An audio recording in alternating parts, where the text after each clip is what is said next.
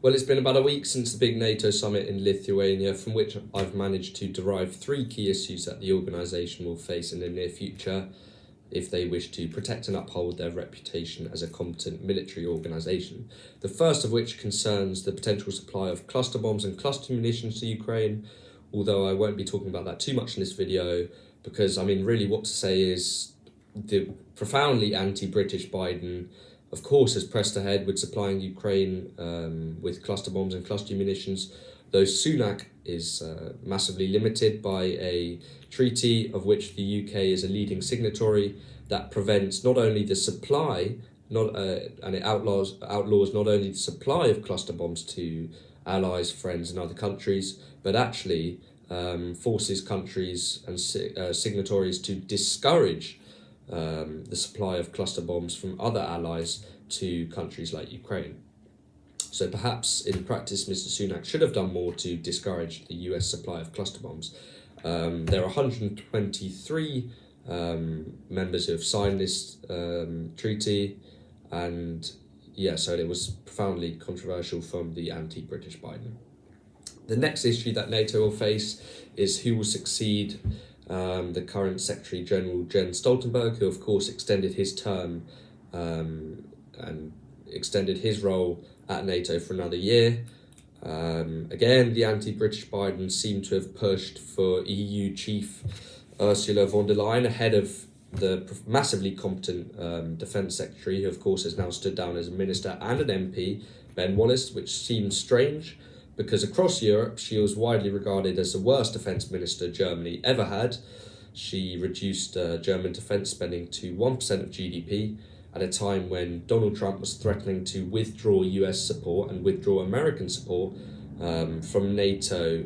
if countries did not meet the requirement to spend 2% of their GDP on their military.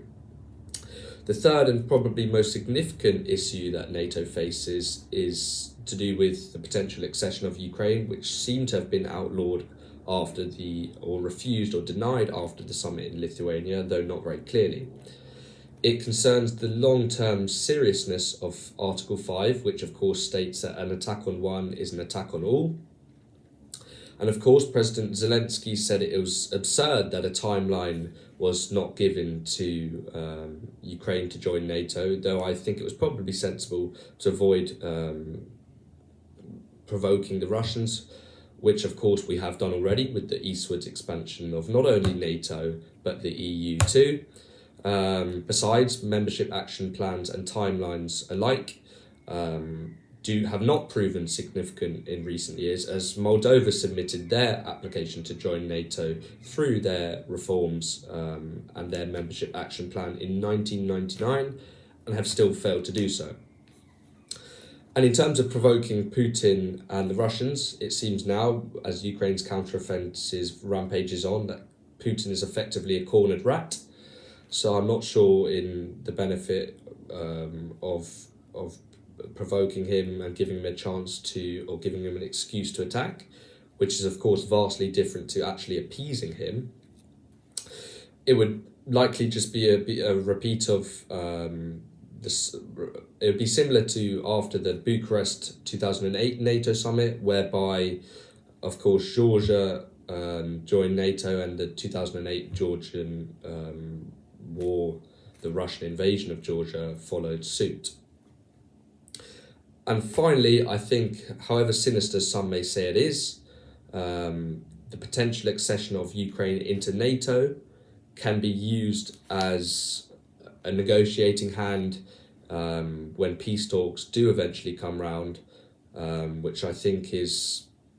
beneficial, not only to Ukraine, but also to the West, in ensuring they regain most of the territory that they desire.